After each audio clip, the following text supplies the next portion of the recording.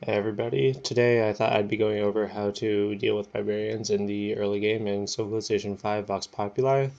For reference, I'm going to be doing this on Emperor difficulty, standard speed, and standard size and continents, so just very quote-unquote original game right there. So I'm going to be doing it on those settings, and so yeah, first of all, I just want to go over the mechanics of barbarians and how they work, and basically all that stuff. So about barbarians, what you should know about them is that one, they spawn inside of foggy territory, in the fog of war, where no AI, city-state, or player can see them at all, and they can spawn on turn one, like this barbarian camp here did. Spawned on the first turn. I was able to see it like right over here, right after my first move. So they can spawn on turn one, and they beeline to the nearest civilization or city-state that they're by when they spawn. So this guy, last turn he was over here, he was going to beeline towards my city, and then he moved back, because I think that this was threatening him, I guess. Or it's noticed that there's a worker here or something. So they beeline to that, and in the mod they can heal up to 10 hit points per turn inside of their camps, unlike in the regular games. So this guy, if I had him down to 80 health this turn, if I attacked him, he could stay fortified and move up to 90 health next turn. Fairly simple. And the tech level of barbarian units is the exact same as the tech leader in civilizations.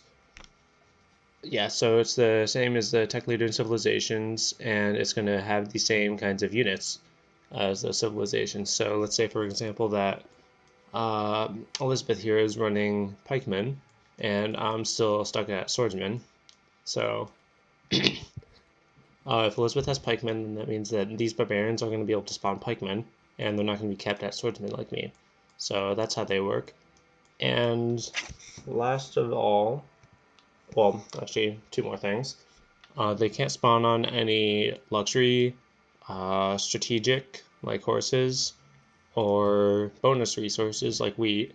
So they can't spawn on any of those, so unless if it's hidden. So I haven't discovered horses yet. This could be a horses tile, for all I know, but once I discover horses, it's not going to land on horses. So that's how that works. And the highest experience that you can gain from attacking barbarians is you can only get up to level 2, I believe, when you're attacking them, so you can't really infinitely farm XP from them just yet.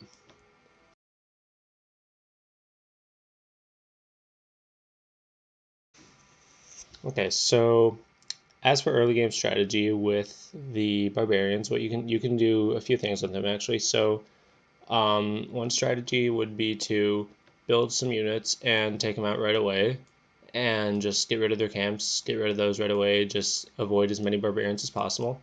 And I would most likely do that if you're going tradition or progress.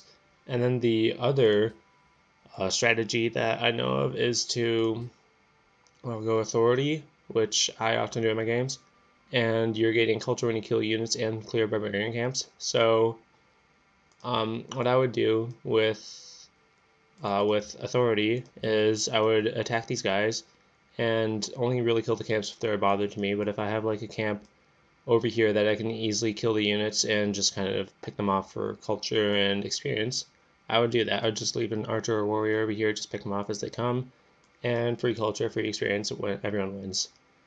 And as for this barbarian camp, I could just take it off and just leave this one guy over here to farm. So, how else can you deal with barbarians? So how do you get the units to deal with barbarians actually?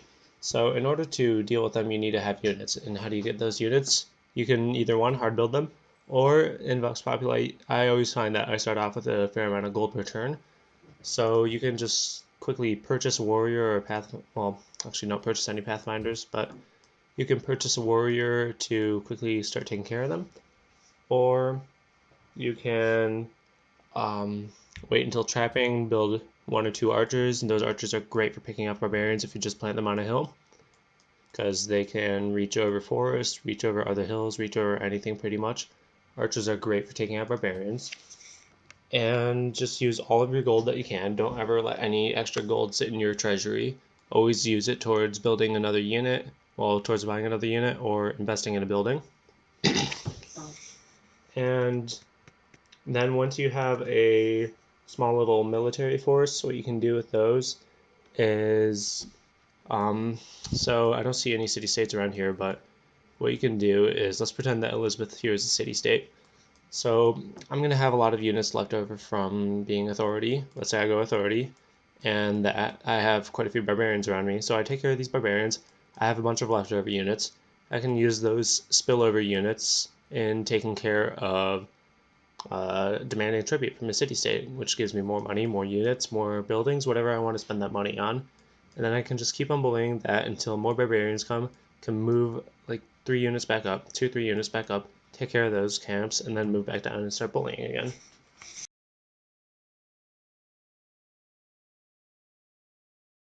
Alright, now let's go over the best and the worst units for dealing with barbarians.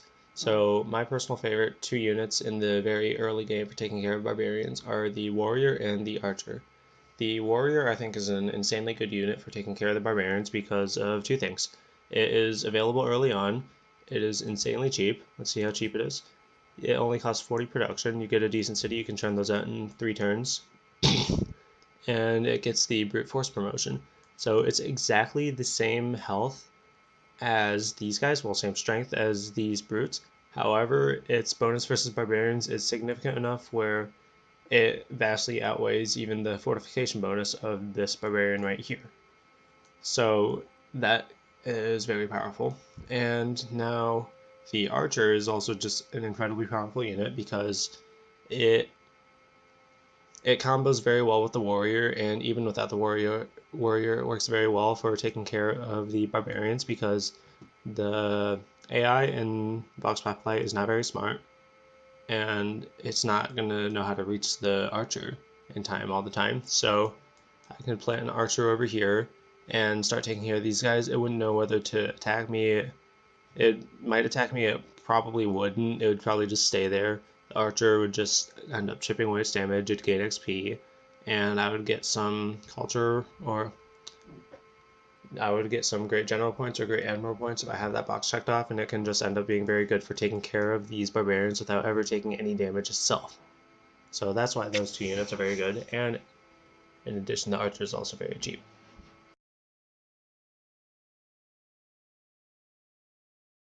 And those 2 attributes combined, the inexpensiveness and the relative strength of these 2 units, combined, they just make them very powerful for taking care of the barbarians. However, one thing I forgot to add is the archer does not get the brute force promotion. So this brute force is only for the warriors as far as I can tell. And well, it is only for the warriors actually. So that means that this archer is not going to be getting any special bonuses until it starts getting promotions. However, the archer being ranged is already good enough where it can take care of these barbarians without the promotion. So that's why they're good. Now for the bad units against barbarians. Most importantly, never use the Pathfinder against barbarians unless if the barbarian's already at like 10 health, because it has a debuff against barbarians where it gets minus 30% combat strength versus barbarians, and it's already weaker than barbarians right off the bat. So here, if I were to attack this, I would take a pretty heavy beating. I'd be, my approximate strength would be 5.75 damage, and their strength would be 8.1. So it would already win right there, and that's without it even being fortified. That's only it being on some rough terrain. Now here, being fortified, wait, that's not even that much of a difference, but anyway, it'll just take a huge beating whenever it's attacking any sort of unit, and this only gets worse as the tech level goes on. So I would never use a Pathfinder against barbarians unless if it is to maybe grab a ruin over here, although that can be kind of risky. However, it could be to grab a ruin, or to finish off a barbarian, or some other special circumstances. However, one thing the Pathfinder is good at is it's very good at denying a spawn some spawns for barbarian camps. So if you give it some movement promotions, which later lead to site promotions, so you get the movement through woods promotion and the movement through the desert promotion, and you plant it on a hill with +1/+2 sight, can see incredibly far, and it can deny a very large range of spawning for barbarians, making that one area pretty safe to pass through.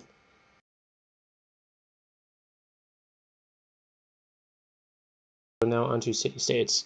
So we have a city-state right here, and there are 2 quests involving barbarians that the city-states can call on the player for.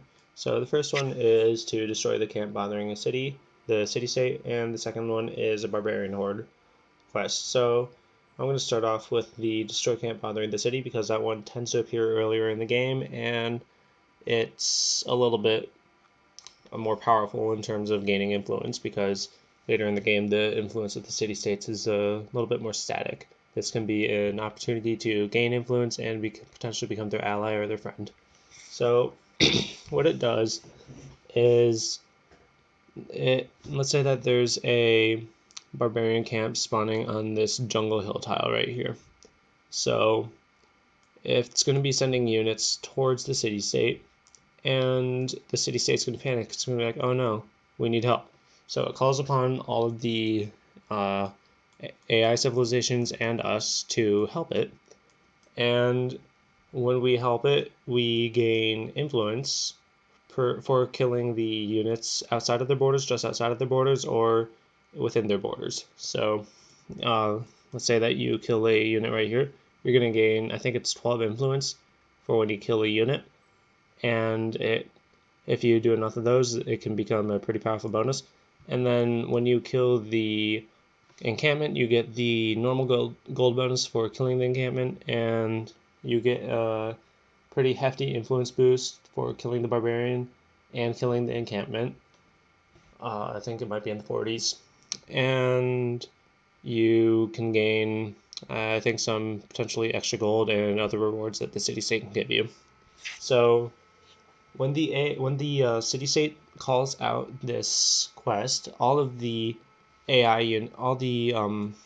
AI nearby are going to try to help with that quest. So don't think that you can just bring an archer along and kill the units inside the camp without it being stolen. So if you bring just an archer along and you kill the unit inside the encampment, but you don't actually destroy the encampment, what has happened to me a lot in my experience is that the AI has a scout or something waiting nearby. They'll just swoop in and take that encampment, take the quest rewards and everything.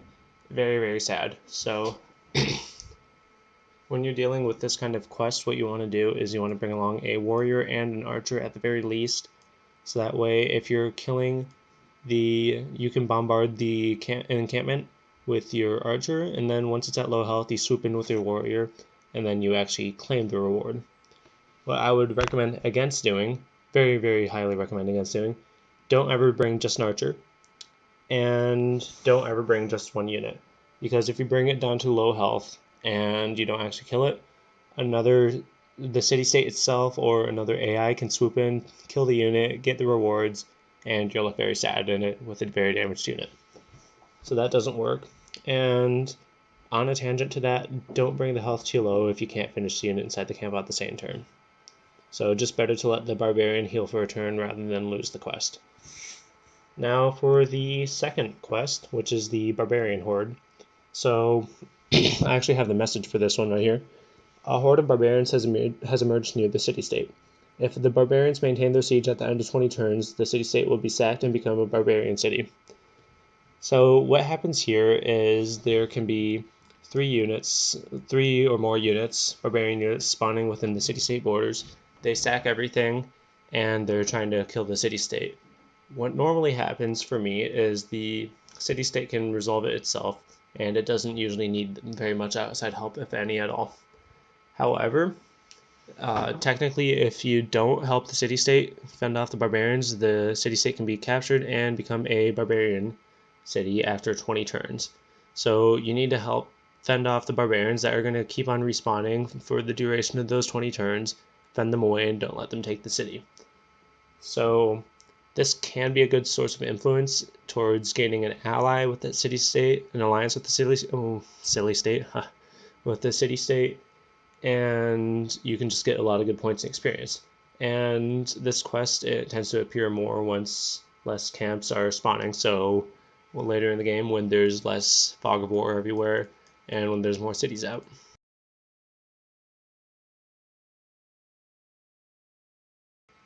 Alright, so that's going to be it for the video, and I'm just going to go over a quick recap of what I said. So what I'm saying is the barbarians, they spawn in the fog of war, and just going over the main points. They spawn in the fog of war, they beeline towards the nearest city, they can spawn on turn 1. The best units for fighting barbarians in the early game are going to be the warrior and the archer. Absolute worst unit is the Pathfinder. Never use that against a barbarian. And you can use the barbarians to your advantage when playing honor, as you get the bonuses from it. Or they can be a pretty big hindrance depending on how you play with them. And last of all, the city-states, they send out quests which you can use to your advantage or you can ignore regarding barbarians, and you can become potentially allies with them. So let me know if you liked this video. Give me a thumbs up if you liked it. Give me a thumbs down if you didn't. Give me your input on it and tell me how I can do better and what kinds of how-to videos you want me to make in the future. So see you guys and peace out.